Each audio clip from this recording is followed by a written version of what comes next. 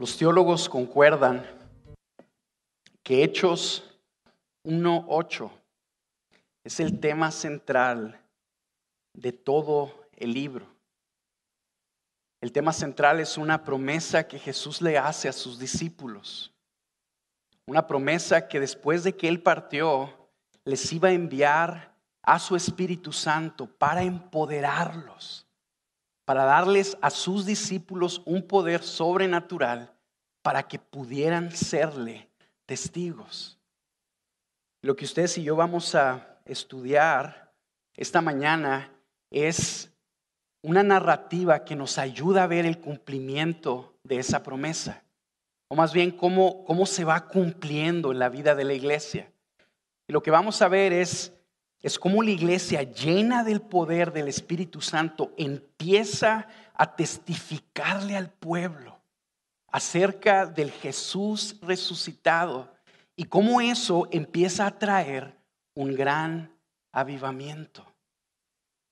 Como se nos ha dicho, un avivamiento es un mover soberano de Dios, algo que Dios hace en su iglesia para que su evangelio avance de una manera exponencial, de una manera grande que solo Él puede hacer.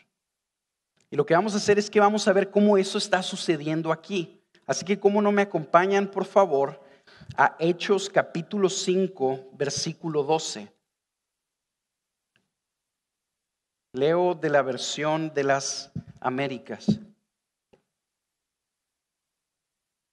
Por mano de los apóstoles se realizaban muchas señales y prodigios entre el pueblo. Y estaban todos unánimes en el pórtico de Salomón. Pero ninguno de los demás se atrevía a juntarse con ellos. Sin embargo, el pueblo los tenía en gran estima. Y más creyentes en el Señor, multitud de hombres y de mujeres, se añadían constantemente al número de ellos. A tal punto que aún sacaban los enfermos a las calles y los tendían en lechos y camillas, para que al pasar Pedro, siquiera su sombra cayera sobre algunos de ellos. También la gente de las ciudades en los alrededores de Jerusalén acudía trayendo enfermos y atormentados por espíritus inmundos, y todos eran sanados. ¿Qué estaba pasando aquí? Está la iglesia abrazando su misión.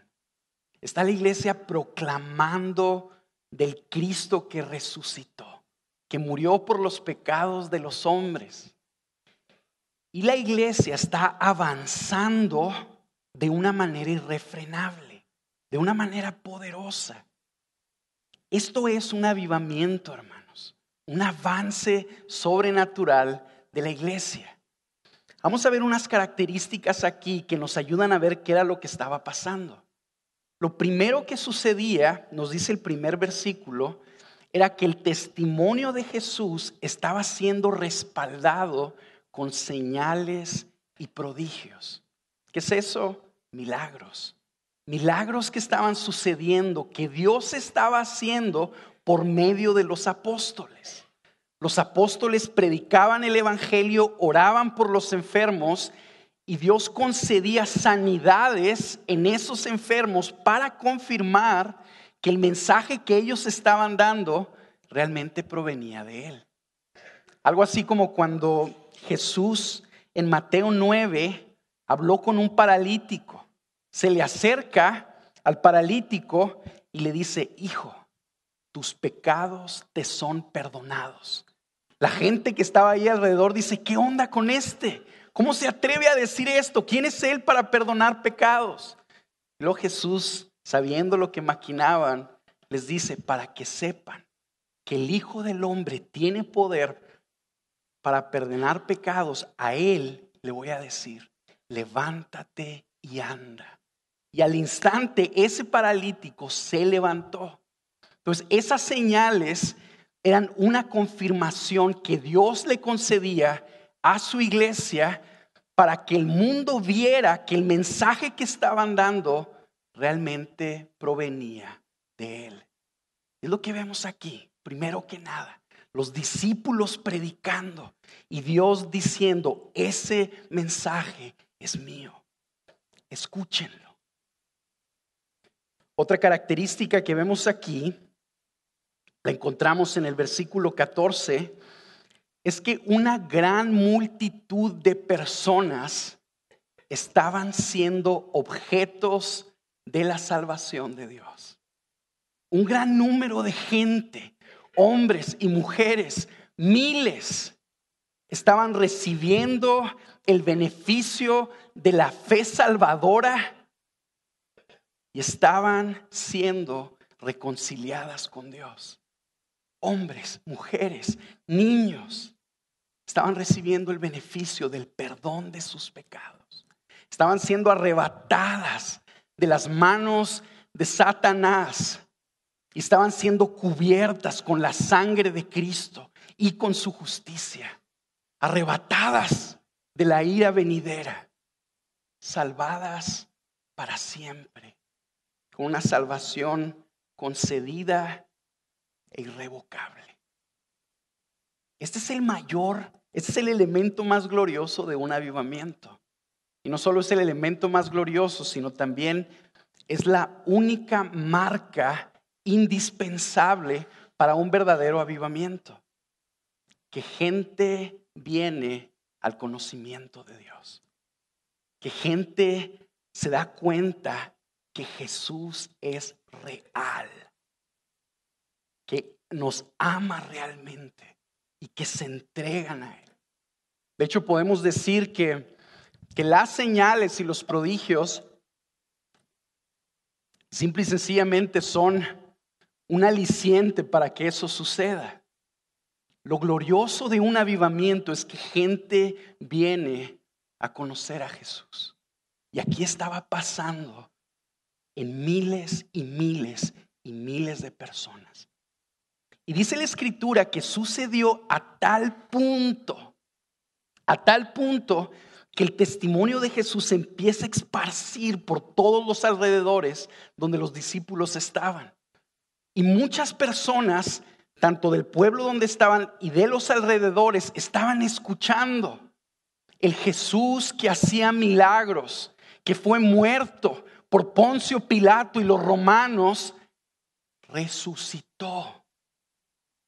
Y el testimonio de que realmente ha resucitado es que está sucediendo lo mismo que sucedía cuando Él estaba allí en Galilea, allí en Jerusalén. Está pasando lo mismo.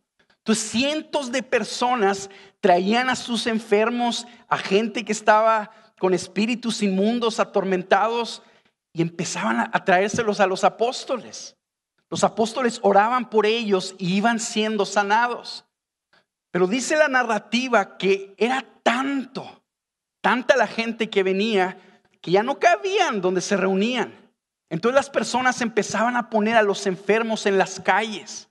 De manera que cuando Pedro pasaba, su sombra, hermanos, tocaba a los enfermos y todos iban siendo sanados.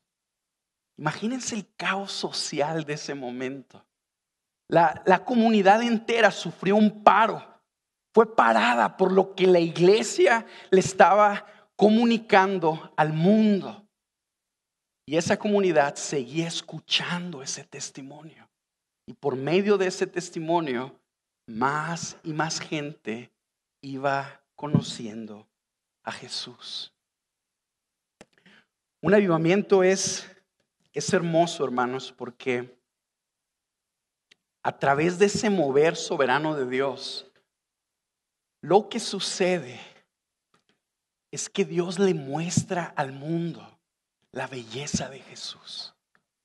La belleza de Jesús brilla ante el mundo en tal magnitud que cientos de miles de personas la ven y son atraídas a Él y son tomadas y salvadas por Él. Esto es un avivamiento.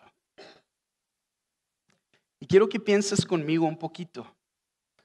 ¿Por qué el Señor pone esto para que tú y yo meditemos en Él?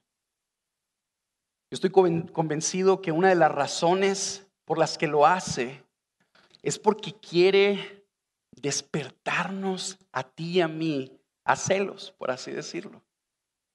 En pocas palabras, Dios nos está diciendo, esto es lo que yo puedo hacer. Esto es lo que yo he hecho con mi iglesia. Y eso es lo que puedo hacer con ustedes también. Medita en eso conmigo. ¿Te gustaría que Dios trajera un avivamiento aquí a Gracia Soberana?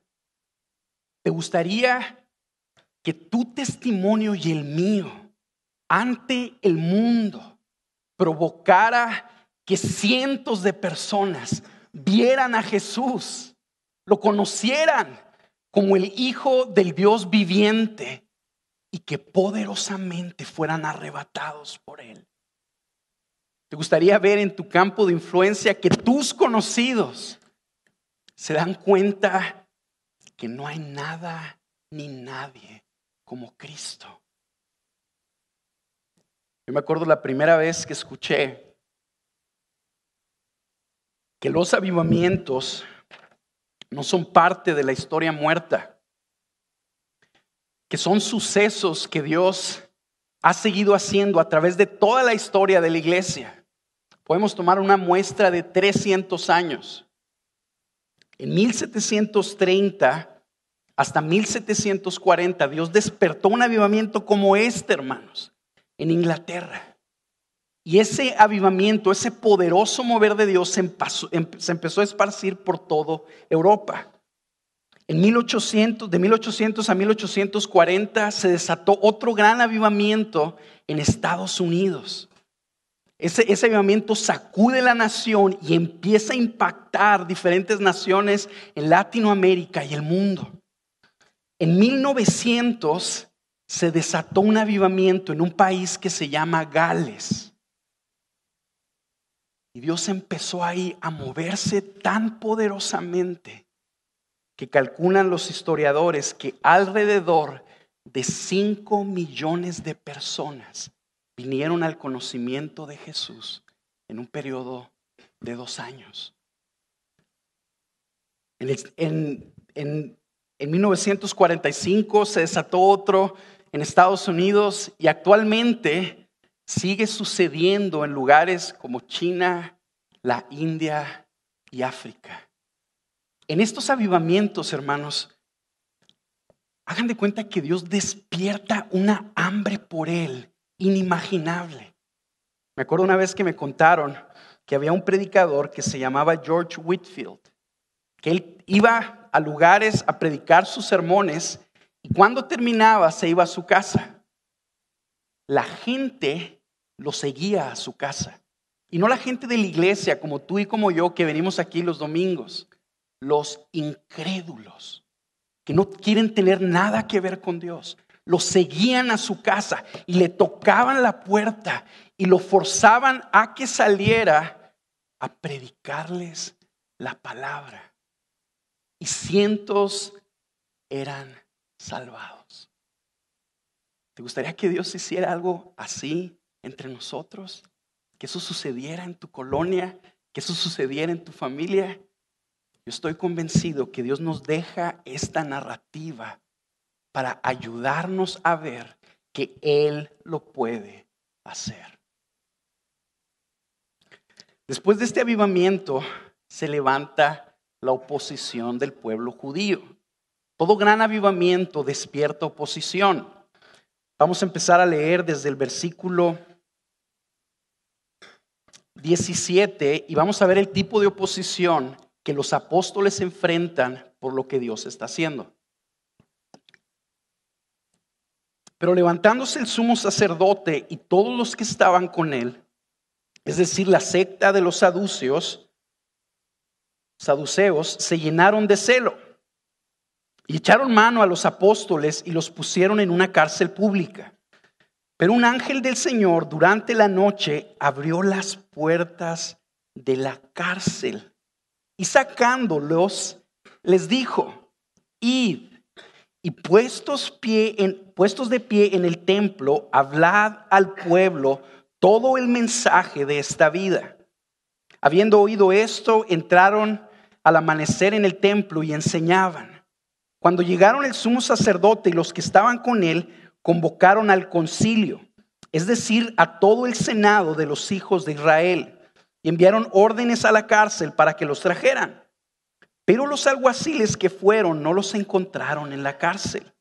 Volvieron pues e informaron diciendo: encontramos la cárcel cerrada con toda seguridad y los guardias de pie a las puertas, pero cuando abrimos, a nadie hallamos dentro.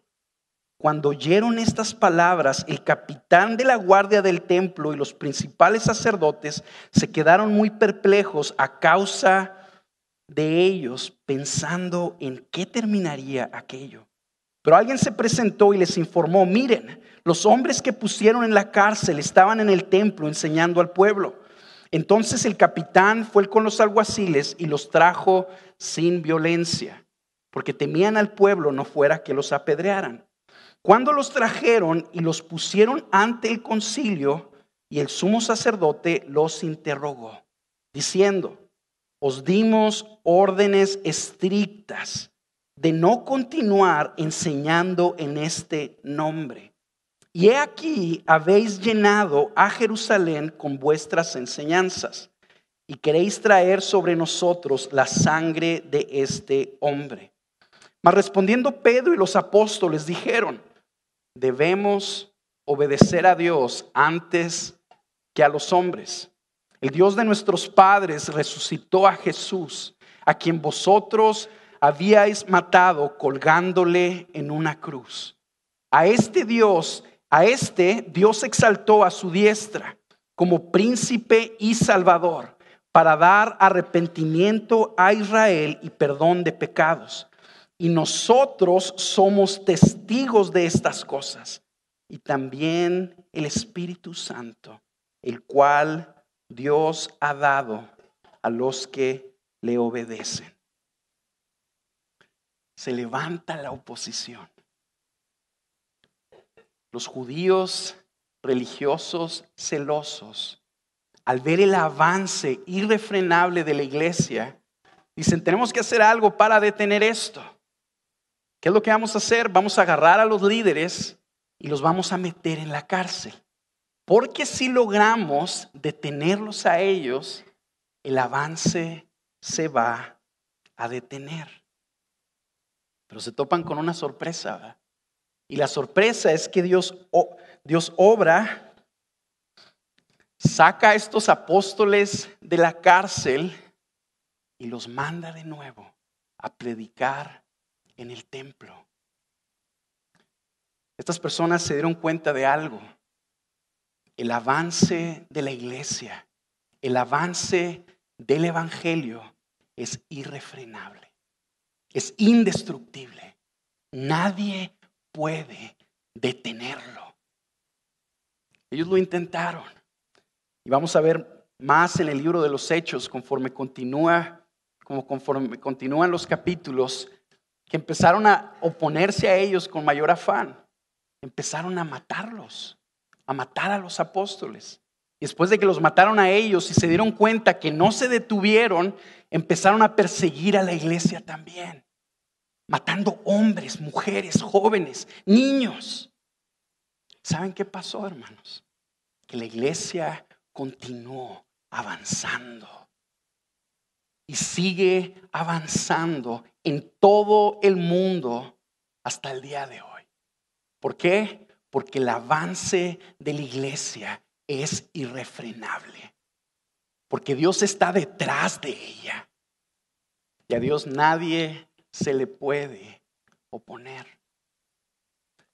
Una de las cosas que ustedes y yo podemos aprender a través de este intento inútil de los religiosos judíos por detener el avance de la iglesia es que nos ayuda a ver el instrumento que Dios utiliza para que su iglesia avance. Si los líderes de los judíos y el sumo sacerdote pensaban, si yo tan solo detengo a estos apóstoles, el avance del mensaje de la resurrección de Jesús se va a detener. Lo que podemos ver en esto es que Dios nos ayuda a ver cuál es el instrumento que Él utiliza para que su iglesia avance. Por ejemplo, hace unos años estuve yo en una conferencia de jóvenes. Y en esa conferencia recuerdo que vi unas pantallas redondas inmensas. Y en esas pantallas había una proyección con una resolución tremenda. Me acuerdo yo que veía la resolución en esas pantallas y no lo podía creer. Se veía tan claro, casi como una computadora Macintosh. Así bonita se veía la imagen. Recuerdo que en uno de los recesos me voy detrás de la pantalla y digo, pues ¿qué es lo que está trayendo esta luz, verdad? ¿Qué es lo que está proyectando esta imagen? Y vi una cajota así grandotota. Era un proyector lo que plasmaba eso. Hagan de cuenta que la primera narrativa que vimos, la primera historia de un avivamiento es esa imagen. Y en esta segunda dinámica, lo que Dios nos está enseñando es el instrumento que Él utiliza para producir eso. Y el primer elemento que tú y yo vemos de este instrumento, lo vemos en el mensaje que el ángel le dio a los apóstoles. Esta dinámica nos va básicamente a ayudar a contestar esta pregunta: ¿qué provoca que el avance de la iglesia sea irrefrenable? ¿Qué es lo que lo provoca? Fíjense las palabras del ángel. Pero un ángel del Señor durante la noche abrió las puertas de la cárcel y sacándolos dijo: id y puestos de pie en el templo, hablen al pueblo todo el mensaje de esta vida. ¿Qué es lo que el ángel les está diciendo de parte de Dios? Continúen testificando a hombres, mujeres, niños, jóvenes, que Jesús murió y resucitó, y que aquellos que crean en Él recibirán el don de la vida eterna.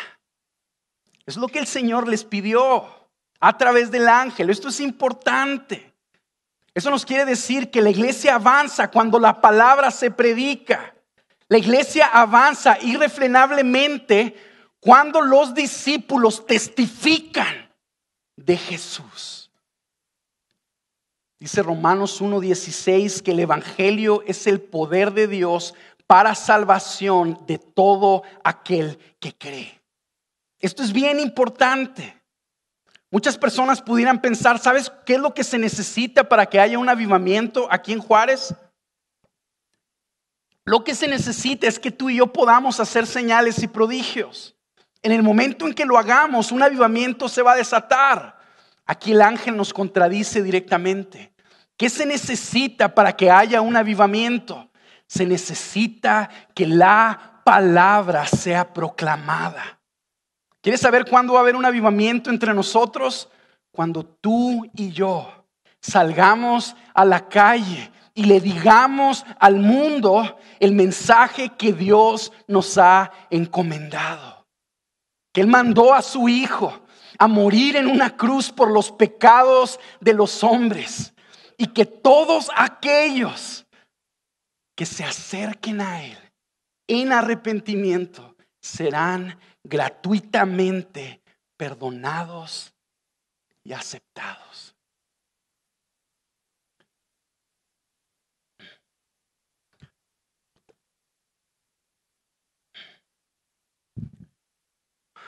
Abran sus Biblias rápido conmigo a Romanos.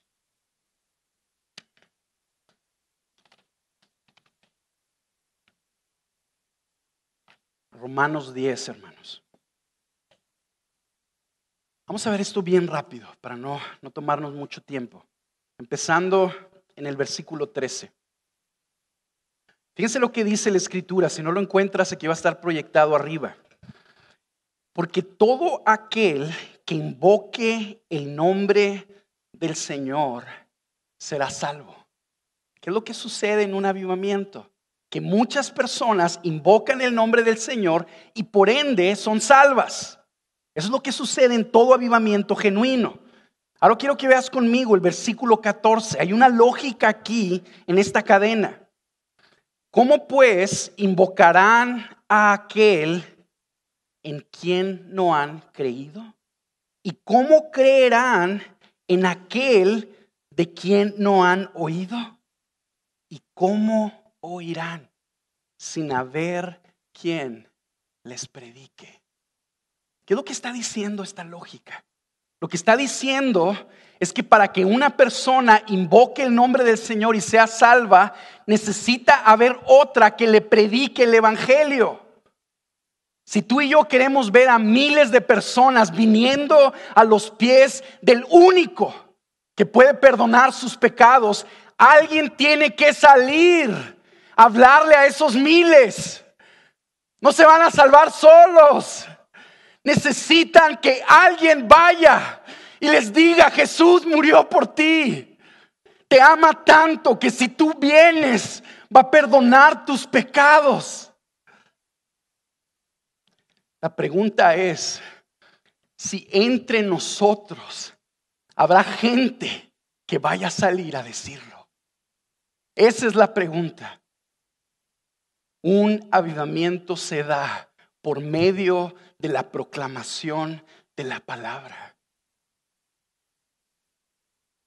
¿Habrá gente aquí dispuesta a proclamarle esa palabra que ha cambiado nuestras vidas al mundo?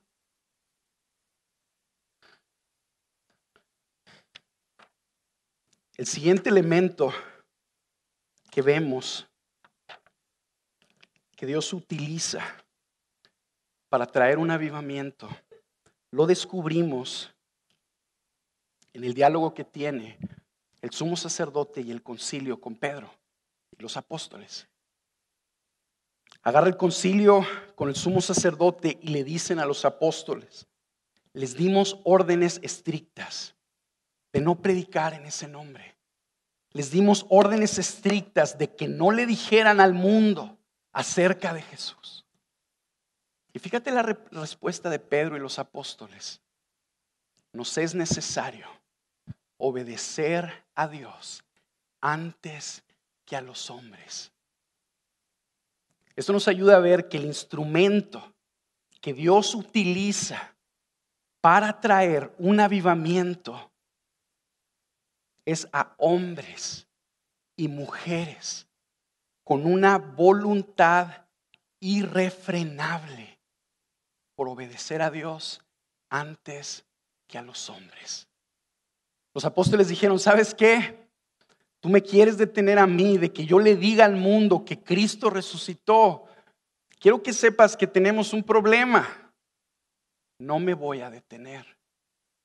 Y fíjense a quién se los está diciendo, hermanos. Se los está diciendo a aquellos que crucificaron a Jesús. Fue por la presión política de este grupo que Cristo fue crucificado. En cualquier momento este concilio podía hacer lo mismo con ellos. A ellos son a los que les dicen: tenemos que obedecer a Dios antes que a los hombres.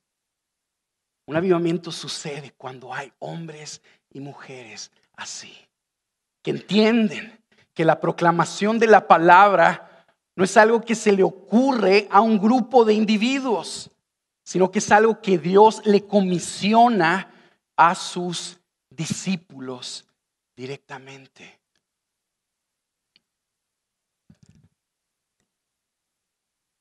Piensen conmigo en esto, hermanos. Cuando ustedes ven en la tarea que el pastor Carlos está pidiéndonos que oremos por 5 personas, que busquemos a alguien a quien compartirle el evangelio esta semana, quiero recordarte esto.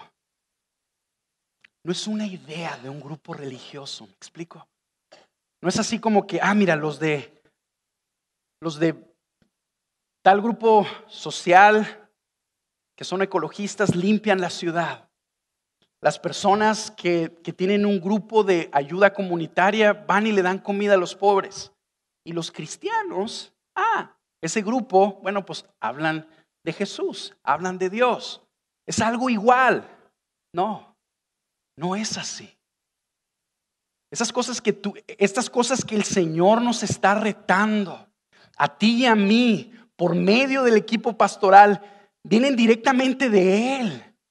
La gran comisión en Mateo 28, Jesús le dice a sus discípulos: toda autoridad me ha sido dada en el cielo y en la tierra. Toda autoridad. Por tanto, vayan al mundo, a todo el mundo, y hagan discípulos de todas las naciones, enseñándoles a guardar todas las cosas que yo les he mandado. Yo quiero hacerte una pregunta a ti. ¿Tú eres un discípulo de Jesús? Si tú eres un discípulo de Jesús que ha creído en Él y ha recibido el perdón de sus pecados, es para ti este llamado, esta gran comisión. No proviene de un grupo de hombres, proviene de Él. Y eso es lo que los apóstoles hacen. ¿Sabes qué? Tú me quieres detener, pero no me puedo detener. Necesito obedecer a Dios antes que a ti.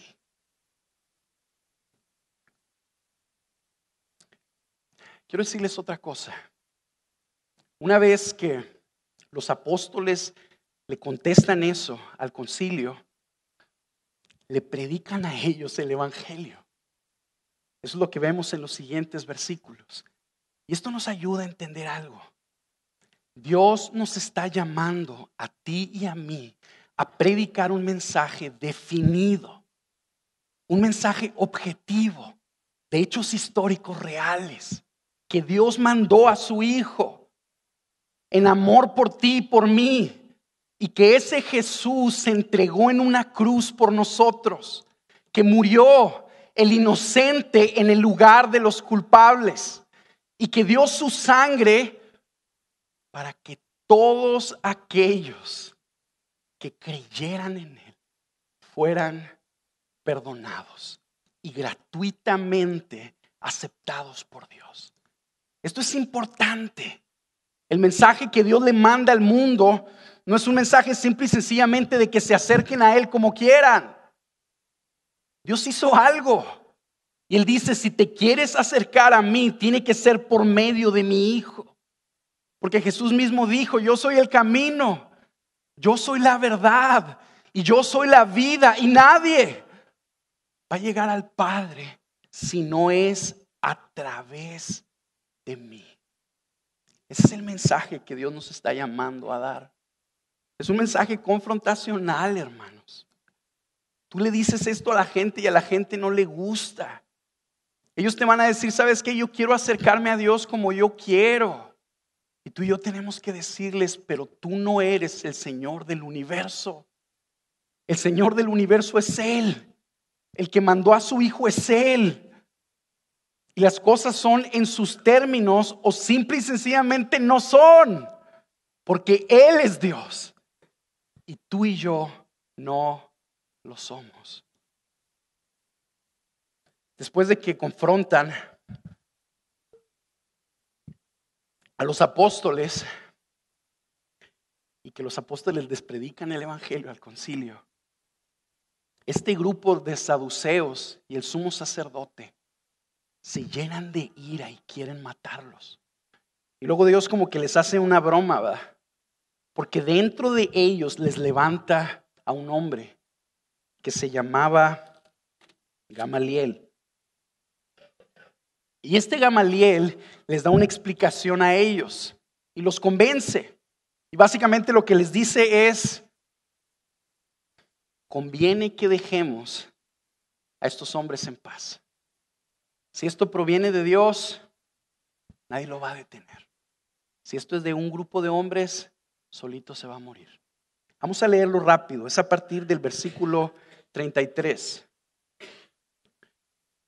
Cuando ellos oyeron esto, se sintieron profundamente ofendidos y querían matarlos. Pero cierto hombre llamado Gamaliel, maestro de la ley, respetado en el concilio, se levantó en el concilio y ordenó que sacaran fuera a los hombres por un momento. Y les dijo: varones de Israel, tengan cuidado de lo que van a hacer con estos hombres.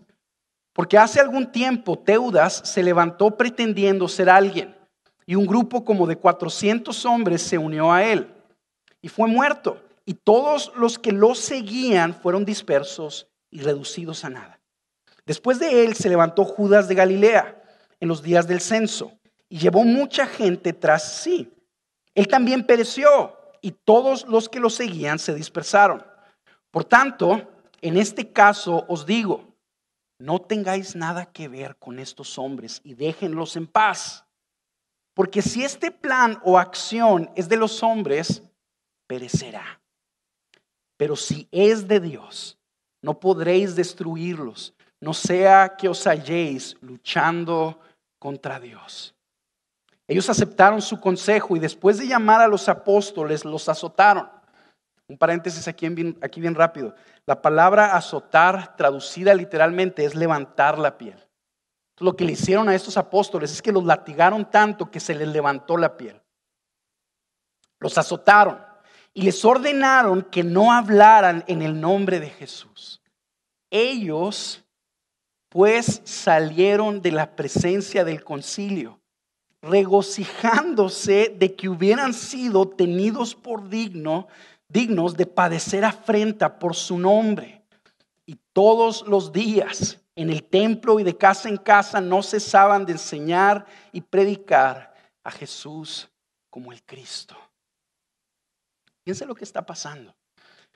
En esta dinámica, lo que tú y yo podemos identificar es el origen del avance irrefrenable de la iglesia, o el origen del avance irrefrenable de la iglesia en un avivamiento.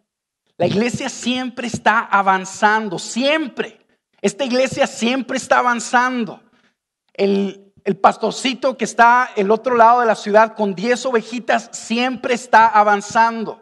La iglesia del Señor es irrefrenable. Un avivamiento es algo diferente, es un avance exponencial de la iglesia. En la última parte de esta narrativa, lo que vemos es el origen de ese avance, el origen de ese avivamiento. Y lo que podemos entender es esto: el origen de todo, la razón de todo, es que en Dios existe una voluntad irrefrenable por establecer su reino en este mundo. Una voluntad irrefrenable por exaltar a su Hijo Jesús. Una voluntad irrefrenable de que el Evangelio sea predicado en todo el mundo. Esa es la razón, el origen del avivamiento. Volvamos al ejemplo de la conferencia de jóvenes a la que fui. Si yo llegara, veo la pantalla así tan bonita, ¿verdad? Me voy para atrás y digo, mira, esto es lo que provoca esa imagen tan nítida. Eso es lo que la provoca. Una persona observadora me diría, ¿sabes qué? No es cierto. No es esa caja lo que la provoca. Es la ingeniería que hay dentro de esa caja en combinación con la luz. Si esa cajita no está conectada a la luz, no va a proyectar nada. Es completamente dependiente de ella. Es parecido. El origen del avance irrefrenable no es que los apóstoles eran muy valientes y predicaban el evangelio. No es que el evangelio es un mensaje glorioso y la gente se convertía. El origen, la razón detrás de todo es que Dios quiere exaltarse. Es que Dios quiere exaltar su nombre. Te voy a leer un versículo en Isaías 45:23. Te lo voy a leer rápido para no comernos mucho tiempo. Nomás anótalo y lo lees después en tu casa. Por mí mismo, dice el Señor, por mí mismo he jurado. Ha salido de mi boca en justicia una palabra que no será revocada. Que ante mí se doblará toda rodilla y toda lengua, incluyendo la tuya y la mía, jurará lealtad. Este es el pasaje que cita el apóstol Pablo en Filipenses 2:9. Te lo voy a leer bien rápido. Por lo cual Dios también le exaltó hasta lo sumo y le confirió el nombre que es sobre todo nombre, para que al nombre de Jesús se doble toda rodilla, de los que están en el cielo y en la tierra y debajo de la tierra. ¿Sabes por qué la iglesia nunca va a dejar de avanzar? Porque Dios tiene un deseo irrefrenable de exaltar su nombre y de exaltar a su Hijo Jesucristo. Esa es la razón. Y aquellas personas que intenten detener la iglesia, ¿contra quién se van a encontrar luchando? Contra Dios. Es la respuesta que Gamaliel le da al concilio. Quiero que meditemos en esto, hermanos.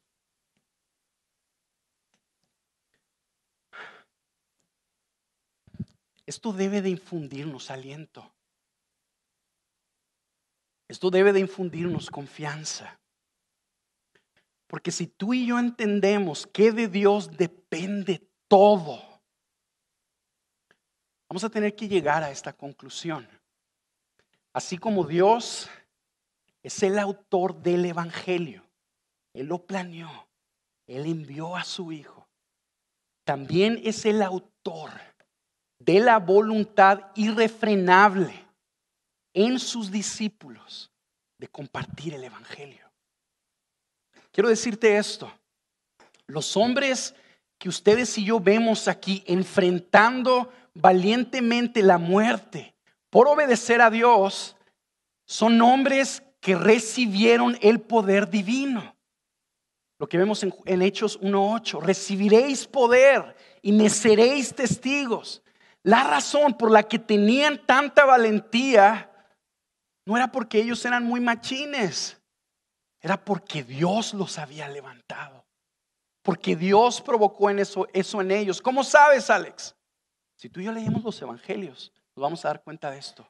Cuando crucifican a Jesús, todos sus discípulos, todos los que estaban aquí, todos salieron corriendo, incluyendo Pedro. Se atemorizó hasta de una mujer que le preguntó que si él era discípulo de Jesús. Entonces, el cambio que vemos aquí no es porque ellos eran muy valientes, es porque Dios los levantó. Pensemos en estos términos. Dios no está atado a ti y a mí para que su iglesia avance. No es así como que, ¿sabes cuándo va a venir un avivamiento? Cuando Dios, buscando a su iglesia, encuentre a hombres y mujeres valientes que decidan irrefrenablemente obedecerlo y proclamar su palabra. No, Dios no está atado a nosotros. Él levanta a esos hombres, Él levanta a esas mujeres. Él pone en ellos una pasión irrefrenable por compartir la palabra. Les deposita una urgencia que no tenían por ir al mundo a decirles: el Hijo de Dios te está dando una oportunidad. Arrepiéntete de tus pecados y serás perdonado. Déjame decirte por qué es bien importante esto.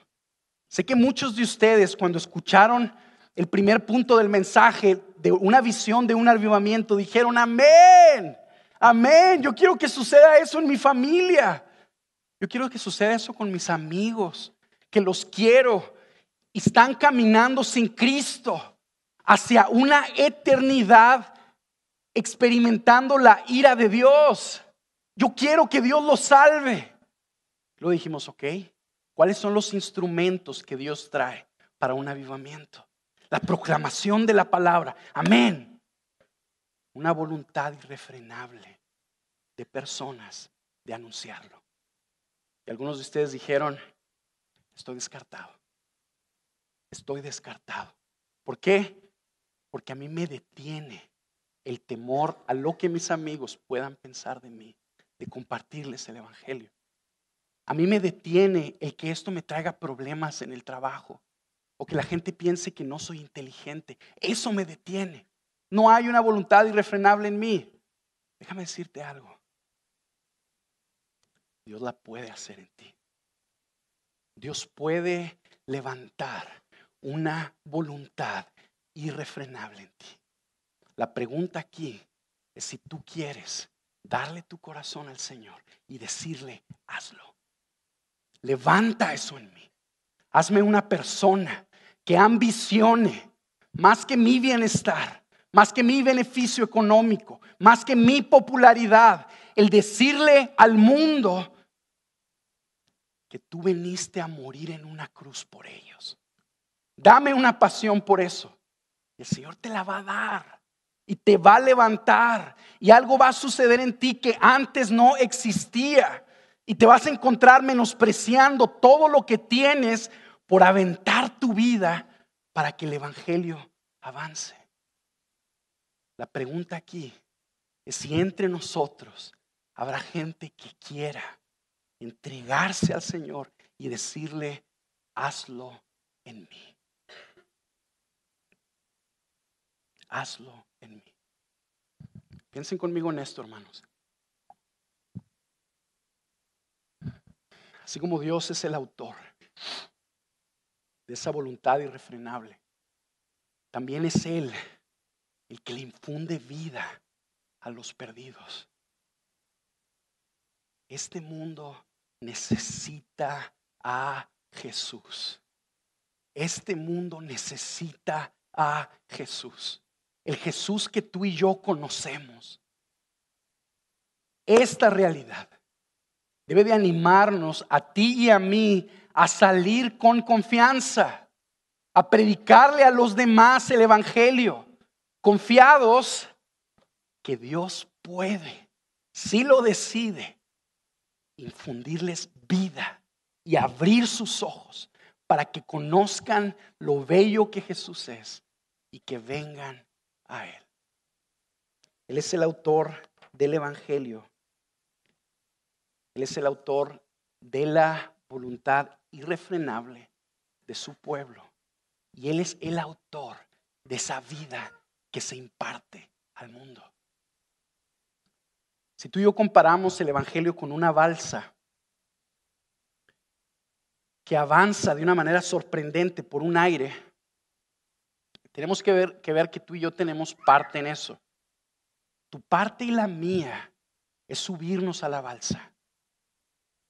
Es abrir las velas de la balsa, empezar a remar. Y si Dios decide enviar un viento, esa balsa va a avanzar de una manera impresionante e irrefrenable. Tu parte y la mía es disponernos como instrumentos de Dios a proclamar la palabra y salir a las calles de esta ciudad y decirles: lo más importante no es el carro que manejas, lo más importante no es el equipo que ganó en el Super Bowl, lo más importante no es que te asciendan de sueldo o la opinión que la gente tiene de ti. Lo más importante es la opinión que Dios tiene de ti. Lo más importante es qué va a suceder contigo en la eternidad. Lo más importante es que te vas a enfrentar al Dios Santo, aquel que tú has ofendido. Eso es lo más importante. Y te tengo buenas noticias. Si tú te arrepientes, Dios está dispuesto a perdonarte gratuitamente. Eso es lo más importante. El que ustedes y yo nos dispongamos a hacer eso es nuestra parte. El que ustedes y yo salgamos y lo hagamos es nuestra parte.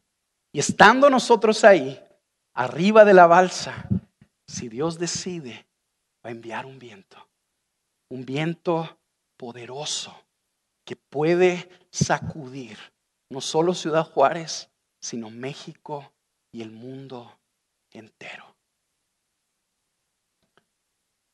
La pregunta es, si hay gente aquí que anhela esto lo suficiente, si hay gente aquí que se quiere disponer para que Dios haga eso a través de ellos, y gente que confíe que Dios tiene el poder de hacerlo, aún a través de gente como tú y como yo. Esa es la pregunta que realmente enfrentamos.